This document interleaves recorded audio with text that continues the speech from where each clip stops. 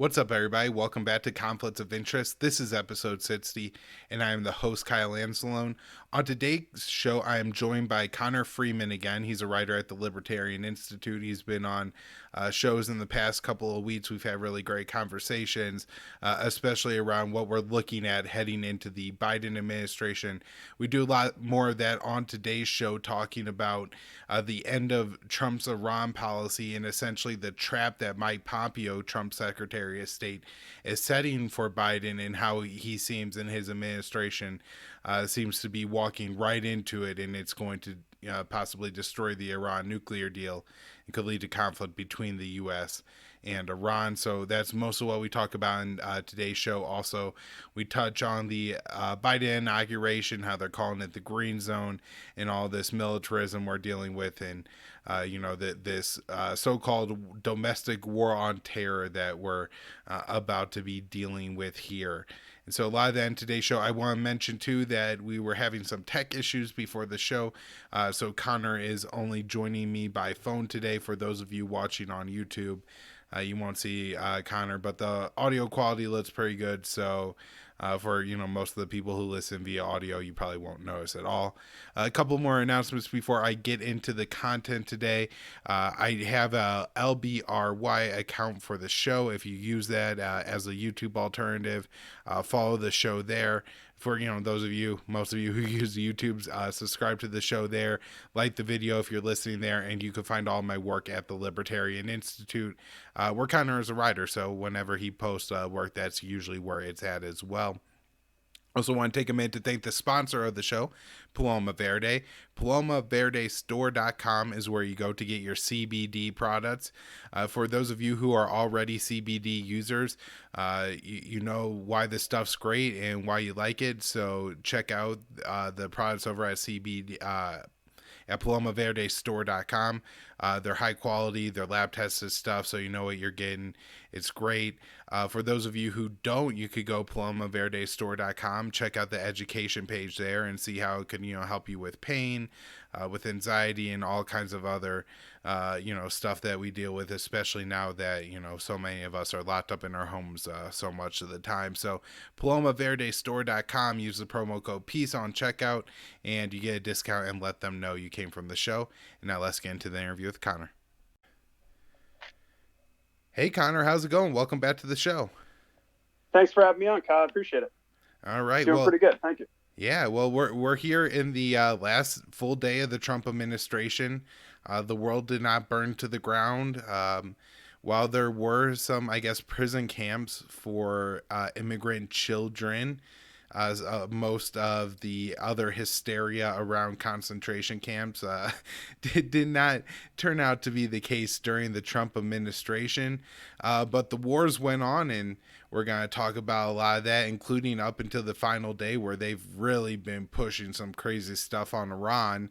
But first, we are talking about this the day before the inauguration. The show will be released before it, although I'm sure a lot of people will listen to it around the same time. But this looks, I guess, I'm not an expert on the history of presidential inaugurations, but from looking through this looks to be by far the most militarized in U.S. history, and certainly seems to be the most secure. Maybe there's like some random fact I don't know about some inauguration from the 1800s, but certainly to have 20,000 National Guard, or what they're talking about, 25,000 overall, armed personnel, not cops, but military of some kind at the White House and Capitol building and all through DC is kind of crazy to be talking about. We're getting some just kind of crazy, language coming out. They're calling the Capitol Green Zone is now downtown Washington, D.C. I got a map of it up here of the area that I guess like the streets are closed, the personnel are there, they're doing searches, and just, of course the green zone refers to, Iraq, where we have a green zone where, this is the area where people are supposed to be able to move around somewhat safe, although that gets rockets shoved into it all the time, although I suppose that's probably going to happen less these days. So, Connor, what you think about the DC Green Zone? I'm sure you've seen some of the striking photographs of that area.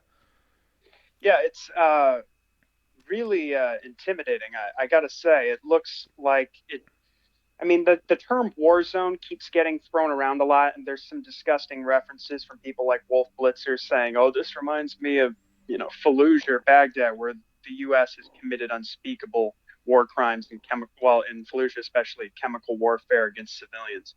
But but I will say, I mean, it's unprecedented, as we were saying, in the history that I'm aware of the U.S. And it absolutely looks like, I mean, if it almost lends credence to some of the worst suspicions of Biden's opposition about what's going on, even if there's less credibility to some of their accusations about the election necessarily. It just looks like this is some sort of a real power move, and like almost a it's really, I mean, they call it inauguration. It's really a show of force.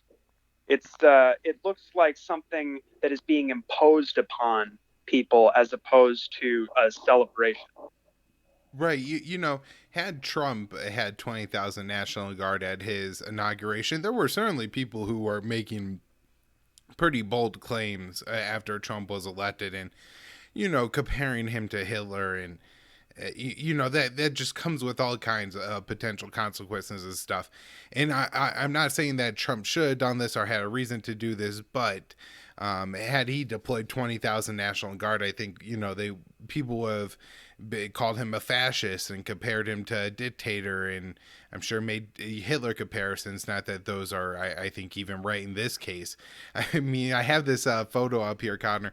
It's so interesting. It's one of those National Guardsmen that's deployed to the Capitol. I think he's actually laying on the floor of the Capitol building. He's got his knapsack on his back and reading a copy of Atlas Shrugged. The famous kind of, I think, main copy that's in print now. So it's pretty clearly recognizable. And it's just such a crazy thing to see a president come in with, as you say, such a show of force. I mean, to have 20,000 National Guardsmen, like that would be needed to repel like a threat or something. What are they doing with all these people?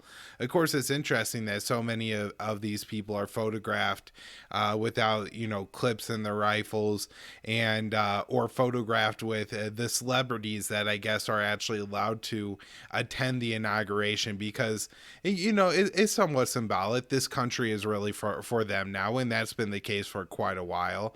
There are elites in the country that really get to benefit from the real privileges of being connected to the U.S. government. Company weapons makers, all those kinds of people. But Lady Gaga and people like that as well. And she's at the Capitol building, and she's pictured here with a bunch of National Guardsmen. And so it's been, I don't know, quite a crazy thing to see. I know you read this great article by James Bovard. Maybe you want to talk about that a little bit. And I will show that up here. It's from the American Conservative, titled "Collective Guilt in the New Witch Hunt." Absolutely. So I'll get into that, but I just want to mention as well.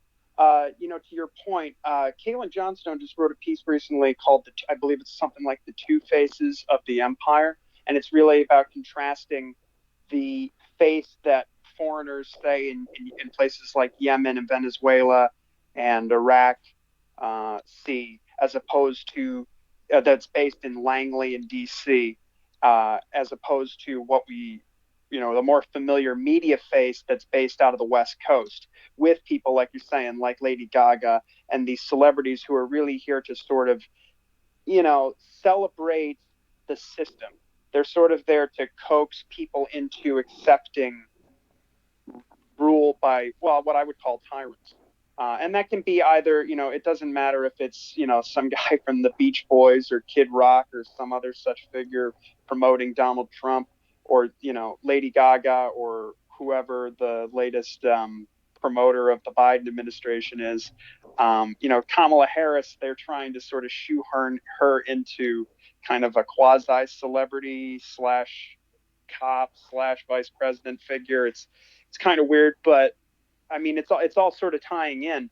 And so one of the interesting things that Jim Bovard talks about in his article is just the idea of like, especially after what happened at the Capitol on the 6th, there is an atmosphere where there is this sort of collective guilt attributed to people who questioned the legitimacy of the election. So, for instance, he points out that 48 Democratic members of Congress, have co sponsored a resolution calling for expelling potentially more than 100 Republican lawmakers who pledged to object to certifying the 2020 election results. And he says the resolution claims that those Republican lawmakers are guilty of violating the 14th Amendment's provision prohibiting federal office holders from having, quote, engaged in insurrection or rebellion against the United States or given aid or comfort to the enemies thereof. And as he says, expelling all those members of Congress would disenfranchise all the voters in those states and congressional districts in the name of punishing anyone who raised questions about the national vote count. And then he quotes Representative Sheila Jackson Lee, a Democrat out of Texas, who says America needs healing, but that, quote, accountability comes before healing. And it's really, I mean, you talk about rejecting the outcomes of elections. If you expel 100 members of Congress, you're really sort of nullifying and canceling people's votes, directly. And I don't know. I mean, I doubt that that'll get passed, but at the same time, the rhetoric is extremely escalatory. And as we've seen with, we hate the guy, but with the social media platforms like Twitter coming out and, just nuking Trump's account, ostensibly the most powerful man in the world, uh, they're really kind of making a huge move against not just him, but the people that support him. And of course, we don't support him, but we don't support Biden either. And I think well, at least my issues, I think you'd agree with. I mean, I can't really. I used to begrudge the supporters of these war criminals more, but I think they're really victims of a really callous um, media sort of system that has really just sort of propagandized them into buying into narratives that are just completely. It's kind of a funhouse vision of how the world works, and I used to be a little bit more judgmental of them, but at the same time, I got to empathize with the fact that these people are essentially being told, like with, he also talks about in the article about Schumer saying anybody who was there should be on the no-fly list, even if they, didn't commit actual violent crimes. This is for participating in what amounts to political action. And we don't know how far that's going to go. I mean, there were, from what I've read, what were there like? There were at least thousands, probably hundreds of thousands, maybe, of people around at these rallies, these protests, and a minority of them entered the Capitol, and an even smaller minority of them actually destroyed property or committed violence. And yet, they're all being sort of, or people who, especially as we'll see in this sort of new climate, uh, people are being indicted as sort of as traitors to their country, um, to the people. But it almost feels like the people, or at least a large segment of them, tens of millions. I mean, look at all the people that followed Trump, all the people that voted for Trump, are essentially being told, it feels like at this point, that they're verboten, that they're no longer a part of our country. I mean, this is kind of the rhetoric we're seeing from people like AOC saying, I just saw a video of her the other night where she's like, it was basically, a lot of it is amounting to you're either with us or you're with the terrorists, kind of Bush era rhetoric. But it was like, you're either with the people or you're with these. And she's like, it looks like she's about to say something like, with some profanity or whatever. But then she goes, or you're with these white supremacists, these insurrectionists. And it's like, I mean, I don't know where we're going from here. It's looking very, very, as I said, intimidating, not for me, but but specifically for the kind of country we're going to live in. Right. Well, it's one of those things where I felt like it was the case throughout, especially the Trump administration, where every time, not every time, but several times, where like Trump did something bad, the overreaction became an even bigger threat or seemed worse. And so this is another case of that, where, really at the end of the Trump administration, the way you should be talking to Trump supporters is being like, look, your guy didn't do for you what he said he was gonna do. He didn't get us out of those wars. He really didn't help you. The Cheds didn't come when you needed them. He didn't handle the COVID thing. Well, I mean, you could come up with Oh, a all the bunch of jobs things. lost from the trade war Right. with China. Right, that's another great point. The jobs lost from the trade war with China. Hell, he destroyed deals with Russia. He didn't make a better relationship with Russia or Kim Jong Un. There's a lot of things that you could, even from a left wing position, throw in the face of the Trump supporters to be like, look, you need to recalculate your position. But demonizing the entire group of the 60, 70 million of them that voted for Trump, I mean, it seems like they're determined to, create a terrorist problem where there really isn't one at this point. And, I wish I had pulled up this article I saw today on CNN. And it was apparently a Muslim terrorist kind of thing, where the FBI says that they got somebody, I believe, from the National Guard. Um, was emailing with an FBI agent or communicating online with an FBI agent about wanting or about helping and supplying the FBI agent who he believed was an ISIS agent, right? So the FBI agent is posing as somebody from ISIS, and the FBI agent says that he gave him information like ideas of targets that the terrorists could attack in New York City, including the 9/11 memorial. And so that's what they got. This guy talked to an FBI agent who claimed to be a terrorist and told him that the terrorists could attack the 9/11 memorial. Like no terrorist would ever think to do that. You know what I mean? It's the weakest kind of case to build against somebody. It's making up a threat where one doesn't exist. This guy didn't talk to an actual ISIS agent. He talked to the FBI. He never Sure. actually communicated with the terrorists, and it's not like he was like, "Oh yes, I'm a weapons expert. Let me teach you how to build bombs." No, they said he taught them about formations and suggested that they could target the 9/11 memorial in New York City. And so I think we're going to see a lot of this stuff. The FBI is really going to start to target this kind of domestic terrorism issue, and they're going to really start to create a problem where there isn't one here in the U.S.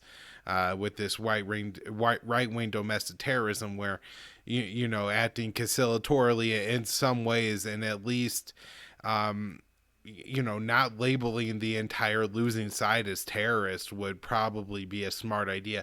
I will say, just to, AOC's been pretty vocal and I think bad on this generally. But Congressman Ilhan Omar has put out a statement, and I think even wrote an article saying like, hey, we can't start going terrorist war on these people or else it's going to be a really big problem. And Rashid Tlaib has also said that as well. So there are some people on the left who are at least like, we see how like bad the war on terror is, and we know that's really bad and how that violates civil liberties. And so rather than doing that to other people, we're not going to do that. You know what I mean? Where I think there are a Sure. lot of Democrats who would be more than willing to wage this war on terror at home, if not in retribution, just because they love war. But at least some Congress women here are good enough to be above that. Um, Yeah, Anything I else think on the? some of the Okay, go ahead. well, I was going to say, I think some of the leftists in, well, like you said, Ilhan Omar has done some things that I've disagreed with. Like she signed an APAC letter, um, really kind of supporting this UN arms embargo on Iran, and really she was left really with her only ally in that being Pompeo, who she actually put out um, a great thread today, really listing off all the crimes of Mike Pompeo, which I thought was great. But I think certain of those representatives are a little bit more tapped into kind of the independent media scene and how the left communicates than others. So, for instance, if you go to, and I've talked about this before in some of my articles, but if you go to like Bernie Sanders' campaign website, he still has all kinds of rhetoric up there that has been just relentlessly debunked by top journalists on the left, like Aaron Mate, about, like, for instance, the Duma chemical weapons false flag. Um, and he blames it on Assad, and he talks about how Assad needs to be phased out, and he supports anti-Russian sanctions. And then you have AOC, who's sort of like, you know, not what we think of when we think of the left. She's more like the Teen Vogue kind of corporate Hollywood version of whatever that some people who are less maybe tapped into this scene think the left is. And so I don't think it's a coincidence that she, for instance, is moving so fast and so aggressively on this particular issue. It seems like she's lining up. Maybe I'm being too optimistic, but in the wake of, the end of the Trump era, let's say, and Biden coming in, it creates an opportunity that they may be trying to preempt, where the better parts of the left and the better parts of the right and the libertarians could conceivably coalesce on issues they agree on to oppose Biden. Because Biden amongst those groups is very unpopular, like shockingly unpopular, even relative to, even really compared to Trump. I mean, I think there are people like, say, the paleocons who may be sympathetic to Trump or his supporters or what he represents, not like they support his foreign policies, but just what his sort of moment represents for a certain working class element. Um, and so they don't despise him in the same way as someone like Joe Biden, who is really, as we're seeing with this, the whole environment around this inauguration and everything going on, as far as the whole atmosphere regarding all these traitors in our midst, they really seem to be. I mean, it's an overt disdain they have for that group, and I think even libertarians. There's certain libertarians who are more inclined to give Trump's movement some of the benefit of the doubt and understand that while these people may be misguided, look, they've got some concerns that maybe we could work with them on. For instance, like you're saying, I mean, they there was a actual.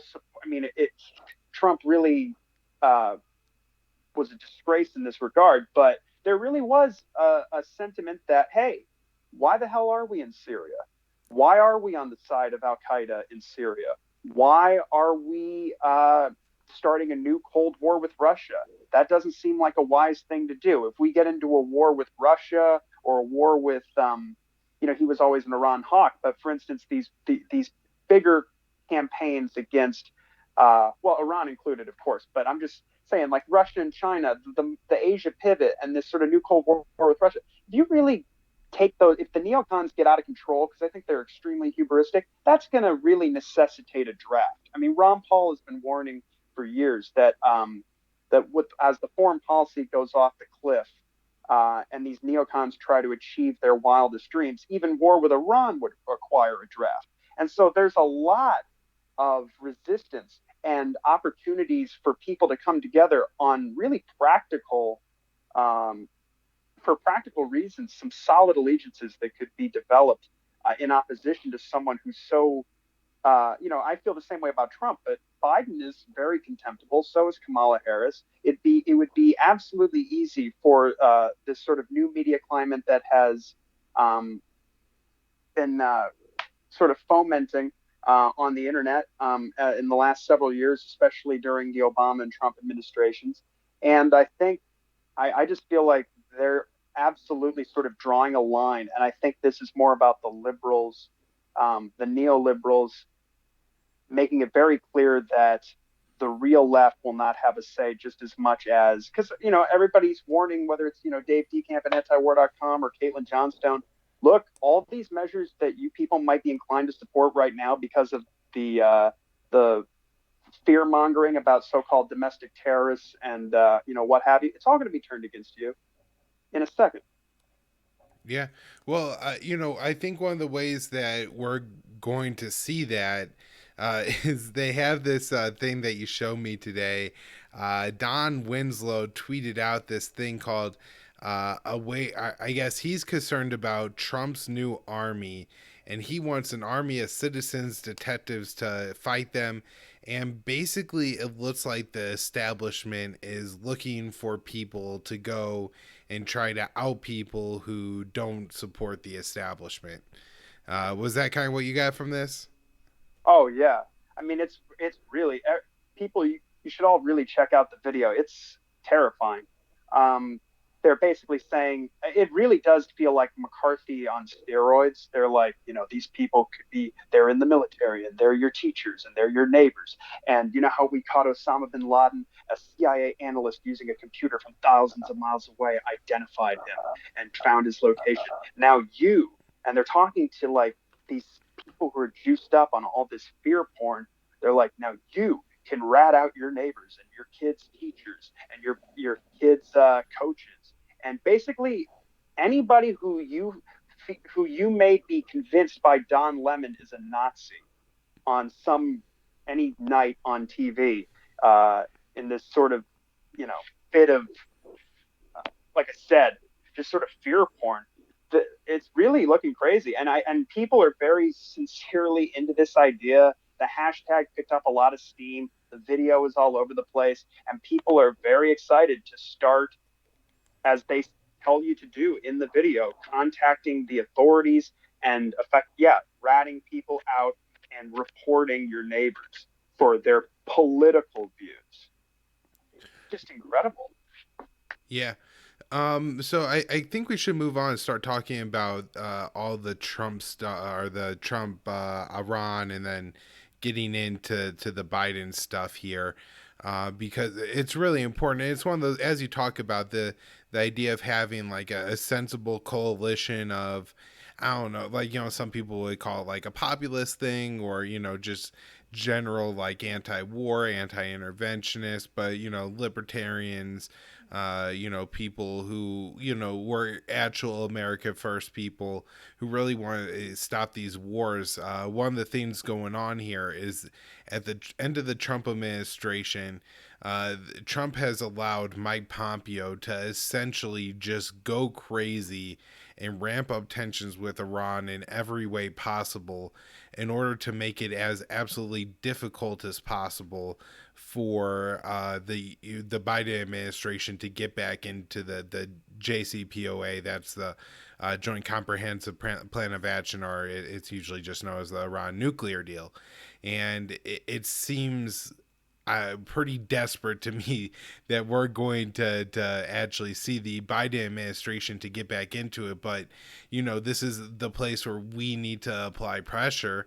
Formerly on the outgoing Trump administration not to do this horrible stuff, but on the Biden administration to call it out for what it is, just the Trump administration playing politics, and undo all of it day one as kind of, Trump's out, I'm in charge here, when in reality it seems like he may cave to the political pressure. But let's start with the Trump stuff. Do you want to start with Pompeo's speech, or where should we start? Well, yeah, I mean, there's a lot to cover on this, and it all sort of blends in because a lot of the policies, whether they have a D or an R next to their name, or they're in this administration or the other, they're kind of just mirrors of each other, and they complement each other. But I mean, we might as well start with so Pompeo recently gave a speech at Voice of America, I believe, where he said, as it's been described, he was reciting reheated Bush era propaganda about Iran being, well, he actually called Iran Al Qaeda's new Afghanistan, which is a complete, uh, you know, he's deliberately confusing people because, of course, the relationship between Mullah Omar and Bin Laden has been covered a ton, especially by Scott Horton and Fool's Errand. These were not allies. The Taliban was not. They did not support Al Qaeda. They hated, or Mullah Omar hated Osama bin Laden, and in fact, uh, the when the U.S. invaded Afghanistan after 9/11, they basically ignored Osama bin Laden, let him and Zawahiri and at least half of the Al Qaeda guys who were in Tora Bora, escape into Pakistan. But that's another story. But the point is that um, Daniel Larison has some great quotes from a guy here, Paul Pilar, who covered it, and he just says, Pompeo is picked the same week to foment a misbelief that Iran and Al Qaeda are, in Pompeo's words, an axis and partners in terrorism. If this sounds a lot like an earlier supposed partnership between Al Qaeda and another Middle Eastern state starting with the letter I, as well as an earlier axis of evil, it should. The Iranian regime, Shia and Persian, is no more of a partner with Al Qaeda than was the secular regime of Saddam Hussein. Iran and Al Qaeda have been on opposite sides of almost every political, ideological, military, and sectarian divide as manifested in Afghanistan, Syria, Yemen, and elsewhere. And, of course, what's really ironic about this is Pompeo and the Trump administration have been so in bed with the Saudis and the UAE, who, of course, have Al Qaeda, we discussed previously, Al Qaeda in the Arabian Peninsula and ISIS in their coalition in the Yemen, in the war against the Houthis in Yemen. Yeah, And this has been, can I just jump in? I have a quote from Dub Bandow here on this exact thing, and he says, without evidence, Pompeo also added a last minute charge that Iran had become the home base for Al Qaeda. Ironically, Washington had played footsie with Al Nusra, the Al Qaeda affiliate in Syria, and supported coalition forces in Yemen that armed Al Qaeda in the Arabian Peninsula. Experts dismissed Pompeo's claim. Even anti Iran hawk Ambassador James Jeffrey explained that the Tehran Al Qaeda relationship was transactional, not operational, and that Sunni Gulf states had similar limited contacts with the terrorist group. Bandow goes on to make the point that Pompeo hoped it would make it more difficult for Biden to fulfill his promises to return to the JCPOA, and that was the point of the speech. oh, sure. I mean, it's just like, declaring the Houthis as a terrorist organization on the way out the door. It's just to further tie Biden's hands and give some further ammunition to hit the hawks in his cabinet who don't want to return to the deal. Are going to try to thwart it, even if it's in the guise of trying to achieve a better deal or whatever. This just gives them more of an opportunity to do that. And it's funny too because it's not funny, but it's more disgusting gallows humor. If you but Trump is selling what is it? It's like practically $1 billion in these. I believe it's Boeing precision guided bombs and Raytheon precision guided missiles right now to Saudi Arabia, and there's some resistance in the House to those efforts. He's arming the guys who fund Al Qaeda. So I mean, even the and so even the idea that he came in, Trump came in very much ostensibly against those kinds of policies, like what was going on in Syria. But as we see with these UAE arms sales, et cetera, and even in Syria, there was a big report from the BBC back in late 2017, and Phil Giraldi wrote a piece, the former counterterrorism official at the CIA, who's an anti-war activist with Ray McGovern's group, Veteran Intelligence Professionals for Sanity. He wrote a piece about this called "Boy, Is This Stupid or What?" that talks about how U.S., British, and Kurdish sort of that coalition, they helped ISIS fighters escape from Raqqa when the SAA, the Syrian Arab Army, and the Russians were moving in to take them out, and it was like a miles long convoy. They allowed them to take their weapons as well. There was footage of it. So there's been collusion with the terrorists, and particularly the ones who were involved in the 9/11 attack throughout the Trump administration. It's really just, like I said, another slap in the face to his base. But yeah, of course, this is just the pot calling the kettle black, as Pompeo does often, calling people human rights abusers or whatever. And but also speaking of escalations, so last week we talked about this briefly because the news had just come out, but Israel actually just launched like 18 strikes in Deir ez-Zor, in a town on the border between Syria and Iraq called Abu Kamal, and killed 57 people, Iraqi militiamen, Syrian soldiers, Afghan militia members. These are all being described as like Iranian-backed Shia fighters, or whatever. There were or Iranian or even Iranians, but of course, there's no evidence that any Iranians were killed. Apparently, this came after a secret meeting with Pompeo and the Mossad. U.S. officials have said that Pompeo gave them intel about Iranian arms in a warehouse, but as I don't remember if it was Jason Ditz or Dave DeCamp at antiwar.com said, but that doesn't explain why so many people were killed if the targets were warehouses. Um, this was the worst attack since, I believe, June 2018. Um, and actually, speaking of Israel bombing Iranian allies, there were reported strikes south of Baghdad in a town called, yeah, it's called, oh yeah, it's called Jerf al Sakhar. I hope I'm pronouncing that right. Reportedly, I think 9 people were killed. It was carried out by apparently F-16s and drones. And so the U.S. and Israel have been suspected. Israel was bombing Kataib Hezbollah targets in 2019 and haven't done it since. I believe Elijah Magnier told Joanne Leon that the Iraqis have said, or at least I think the militiamen have said that if the Israelis attack uh, Iraq again, there will be reactions where they will attack U.S. forces in response. And so that's one of the reasons why Israel has pounded Syria so much more as they're trying to provoke an Iranian response.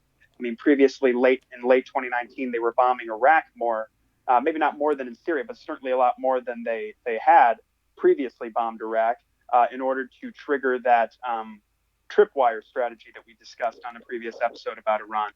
And actually, we've had a senior Pentagon official deny to the U.S. that they carried out the attack. So, I mean, this could be a last minute attempt by the Israelis to get that provocation, that response that they've been waiting for, because, of course, um, even though the Iranians have been very upfront about telling, and it's been covered in the media endlessly, they've been telling their allies in Iraq, particularly, not to respond to U.S. aggressions. There's been some dissent amongst the Iraqi militias who say that some of them have said that look, our priorities are nationalist. The U.S. occupies our country, not yours. So don't tell us what to do. In other words, and so I mean, we'll have to keep an eye on that. Um, but there's been quite a bit of other going into other developments regarding Iran.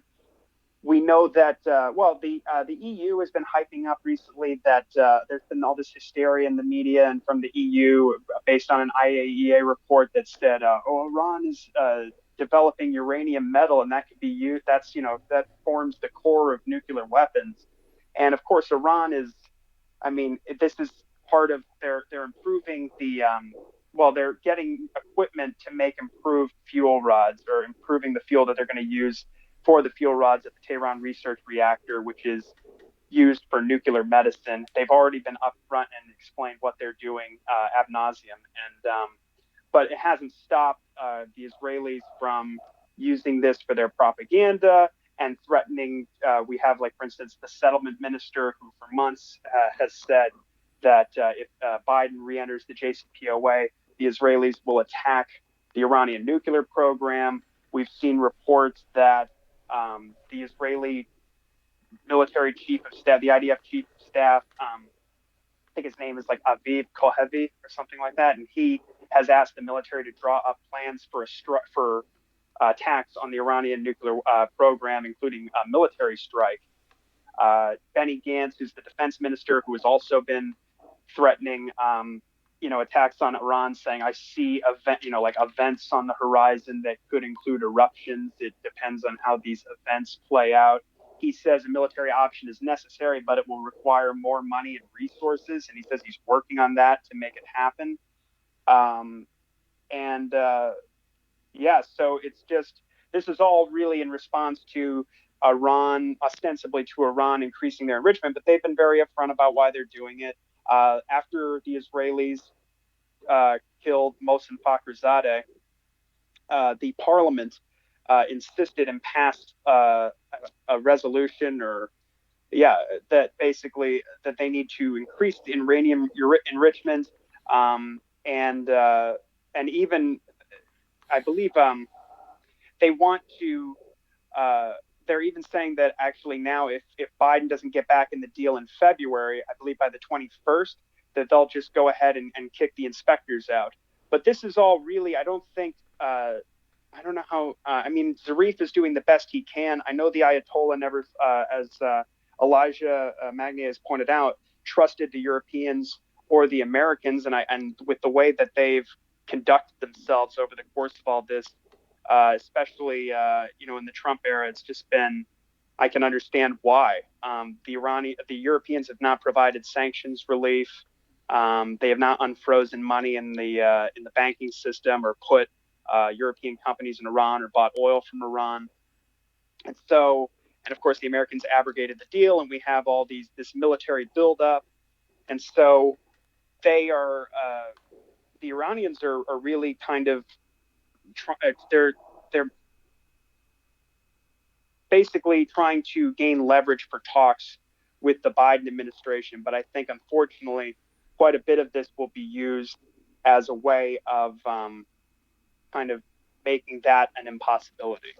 So, you kind of go over there, and I've been scrolling through some of Ilhan Omar's Twitter thread on how terrible Mike Pompeo was, but you kind of go through it all, and one of the things she says at the start that I think is just so important was, for all of the aggression against Iran that you have highlighted, Iran is really, I guess, kind of in a, I don't want to say a better position. The Iranian people are suffering, but the Iranian regime isn't.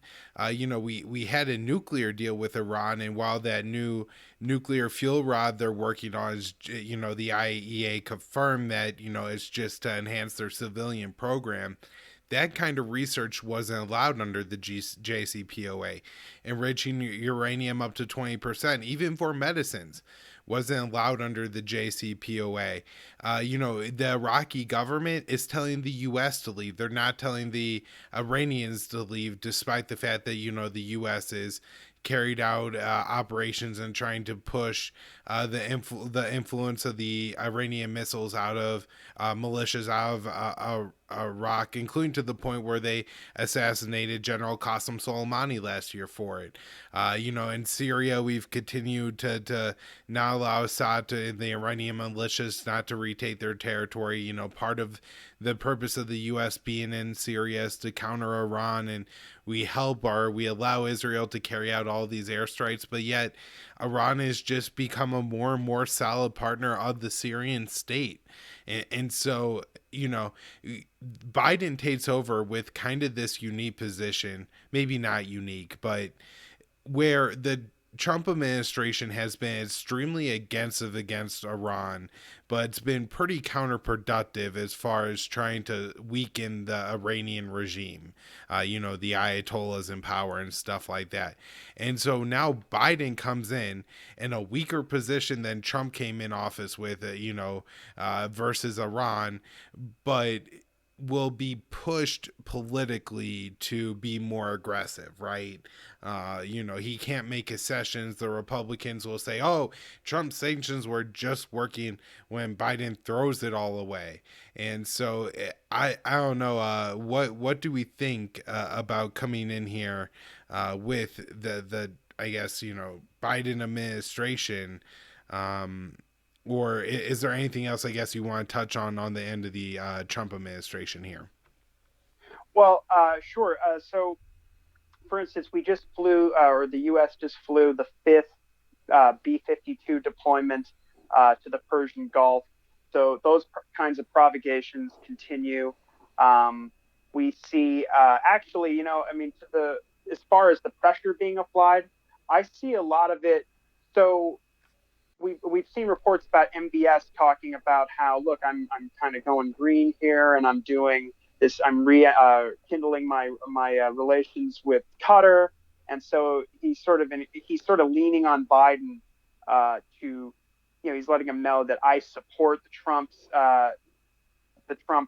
administration's designation of the Houthis as a terrorist organization, and also that he is against re-entering the Iran deal. That the Saudis, as the foreign minister has said before there, that they would like to be involved in negotiations so that they can address the issues of, support for Iran's allies in the region and their ballistic missile program. And so I've noticed, on those fronts, Israel gets involved, of course, and Israel is, I think I think they've got a lot more sway over the Biden administration than maybe this. I mean, it depends because obviously the Saudi lobby is very powerful, as is the Qatar. The Qatar puts a lot of money into these sort of neocon think tanks as well. But for instance, Israel, how Biden has said that he would like to stop selling weapons to Saudi Arabia and treat them like the pariah that they are, really highlighting the Khashoggi butchering and these sorts of things. There's a report out at antiwar.com about how Israel plans to really lean on the Biden administration to go easy on Saudi Arabia, the UAE, and Egypt because these states are critical in their front, this collective front against Iran. And in fact, Trump's administration just incorporated Israel under Central Command, the Middle East Command, which was something that the pro-Israel hawks have wanted to do for a very long time. It was difficult in the past because the Gulf states, who were essentially de facto allies of Israel for a very long time, that are U.S. allies, it was kind of bad PR to be on the side of Israel given the apartheid situation with respect to the Palestinians. But as a part of these Abraham Accords and this whole move against Iran by selling them all these weapons in exchange for normalizing relations with Israel, uh, there's been sort of this new love affair amongst these states. And one of the things that so in Dave Decamp's article, he says Israeli defense sources told Walla News that Israel particularly fears that the Biden administration will take action against Saudi Arabia over the war in Yemen. Israel's concerns suggest that it might push Biden to continue supporting the war in Yemen, something Biden has vowed to end. And it says that Saudi, in regards to this, comes just after the Houthis were declared to be a terrorist organization. Says Saudi, the UAE, and Egypt have all welcomed the designation. Israel has stayed quiet on the designation, but has been warning of Iranian attacks that could come from Yemen and falsely conflating the Houthis with Iran, like the U.S. and its allies often do. And Israeli officials told Axios that Israel sees its security and intelligence relationships with the three countries as central to its strategy to counter Iran. And that another Israeli source told the Jerusalem Post that Israel and these Arab allies are on the same page when it comes to pressuring Biden on Iran. Beyond that, the power sharing deal between the blue and white party that Benny Gantz has there was and with Netanyahu's Likud, who, by the way, when I mentioned the settlement minister, he's a prominent Likud figure and is very close to Netanyahu, and so that's why it's very notable that he's been threatening these kinds of attacks on the Iranian nuclear program. But the power sharing deal where Benny Gantz was going to become prime minister in November has broken down. And now the Israelis will be going back to the polls in March. So in the meantime, there's this kind of friction where Netanyahu is trying to box Gantz out of talks with the Biden administration vis-a-vis Iran, which is surprising to me because, at least just from, if you're strictly looking at it through the lens of the move against Iran, Gantz has been a big hawk on Iran. But Netanyahu has other like domestic concerns. And essentially, there's sort of a debate as to how Israel should go about dealing with the Biden administration on this issue. And they're reportedly going to be sending a ton of envoys to D.C. to really pressure Biden. And the debate really centers around whether or not they should launch a public crusade against the JCPOA like they have in the past when Obama was trying to enter the deal, or if they should really focus more on behind the scenes maneuvering. And so that just means to me that as much as we've all been sort of hoping against hope that once Trump is out, things will cool down with Iran, it doesn't look like that to me. It looks like these next several months, or these next few months, could be very could be very sensitive, as they say. The common line out of the Israelis was that we have been told to prepare for U.S. strikes during the sensitive period of the transition between Trump and Biden coming in. I think we have another sensitive period coming up here leading up to the elections in Israel as well. Right. Well, all that's very interesting, especially when we had Antony Blinken today in his confirmation hearing. He's the guy lined up to be Biden's Secretary of State. He said that the Biden administration is a long way from executing its plan to return to the Iran nuclear deal and plans to consult with Israel and Gulf states before doing so. And we know that those states are very against returning to the Iran nuclear deal. So that doesn't seem like a good sign that this would be one of the things that you would hope Biden would do. My other concern is similar to the problem that I think the Biden administration will have extending the New START deal with Russia, as they built up all this hostile rhetoric coming in against Russia to a lesser extent with Iran, but the Trump administration has really done that. And we've heard at least one Iraqi or Iranian, excuse me, well, a member of parliament said that after February 20th, the Iranians would expel the IAEA inspectors from Iran, which, again, would make sense. If nobody else is complying with the deal, why would they comply with the deal and have these inspections in their country? But that seems like a move where it's foolish on the Biden administration's part. But once the Iranians do that, it's very hard to see the Biden administration then removing sanctions and getting back into the deal. And so it seems like the Trump administration and Mike Pompeo specifically has laid a very large and big trap for the Biden administration when it comes to Iran. And that big trap should be very easy to avoid and to just undo all the things that Trump has done, most of it by executive fiat. And yeah, the Republicans will throw a fit about it, but you just have to do it and, be a big boy and say, we're not going to starve the Iranians during the COVID pandemic. We're going to allow them to import medical supplies. We're going to allow them to have an economy. And, we believe that once we start returning to the nuclear deal, the Iranians will follow suit. And this is going to enrich them and it's going to make sure that they have a capped nuclear program. But it doesn't sound like that's what Antony Blinken is saying. And I imagine that he'll have an awful lot to do with this as Biden's Secretary of State, any negotiations going ahead here. Also, he seems to be under the impression that the U.S. is in a further increasing weakening position when it comes to Iran with the nuclear program. And so this is all very concerning. We should wrap up here in a few minutes, but what else do we have on as specifically the Biden administration in Iran? Well, I believe Avril Haines said today that as well, that there was a quote very similar that we're a long ways away from re-entering the deal. And of course, we covered on a previous episode Jake Sullivan on the Fareed Zakaria show saying, of course, ballistic missiles have to be on the table.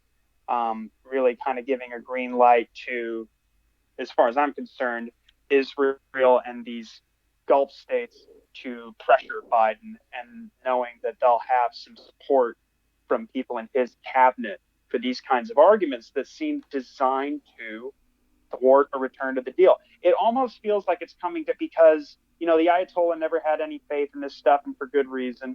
I think a lot of this was probably done by Javad Zarif, the foreign minister of Iran, who's really been very courageous as far as I'm concerned with all this going on. And I think that his sort of faction is going to be losing out as a result if they don't lift sanctions.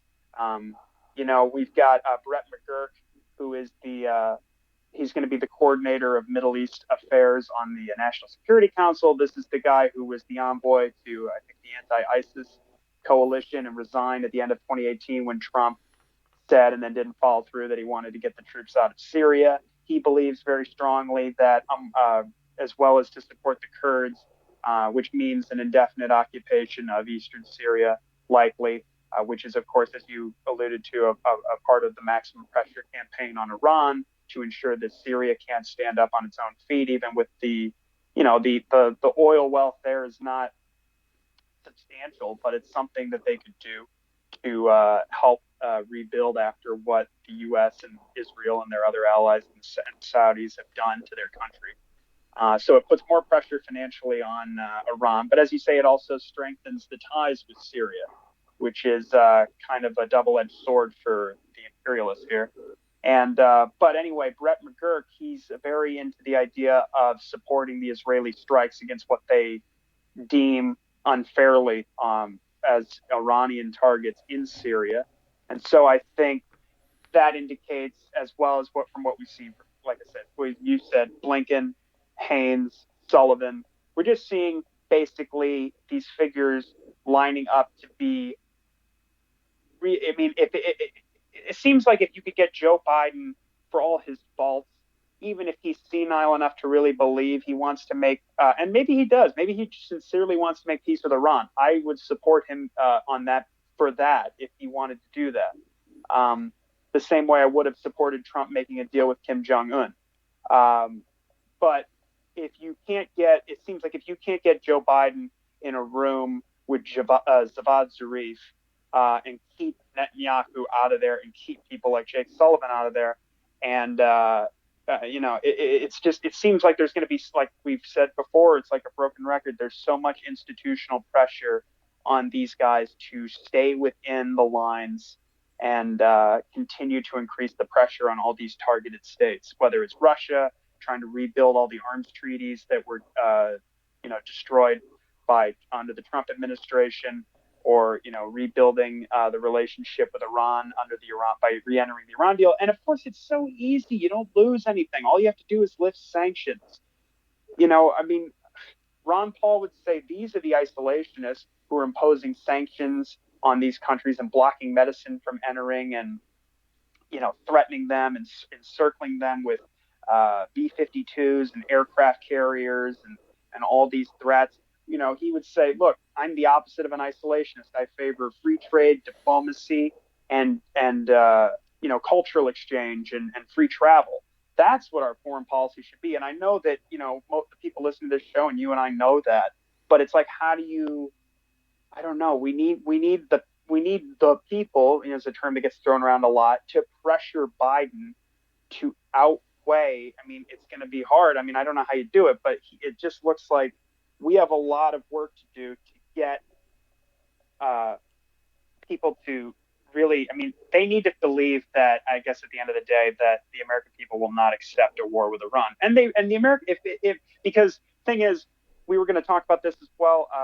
Elijah Magnier has talked about how if the U.S. doesn't lift sanctions and they kick the inspectors out, is there's forever, even since especially since the Iran-Iraq war, both Ayatollahs have had fatwas against nuclear weapons. But as Elijah has said, that's just a detail of going, of basically reaching full nuclear capacity. They don't necessarily have to even build the bomb. They just have to have the capacity to do so. And as he has said, part of the leverage then, if you think about it, as he said, is like once you get up to 20% for the Tehran medical research reactor, it makes it easier. The jump from 5 to 20%, or the jump from 4.5 to 20, is more difficult, according to Elijah, than it is to go from 20 to 90, which is weapons grade. And so that's one of the reasons why we see a lot of these hawks saying, well, this is indications of like a proliferation risk or something like that. And I guess that is part of it. But I mean, I wouldn't begrudge the Iranians the same way I don't begrudge the North Koreans for building nuclear, or for wanting to go nuclear in that direction, to establish some meaningful deterrence when there's, of course, this maximum pressure campaign and threats of war. But I fear that if that happens, if the Iranians kick the inspectors out and try to do something like that, I mean, I could really see a war occurring under the Biden administration in that kind of a situation. And if that did happen, it would, as Ron Paul has been warning for decades, there would be a draft.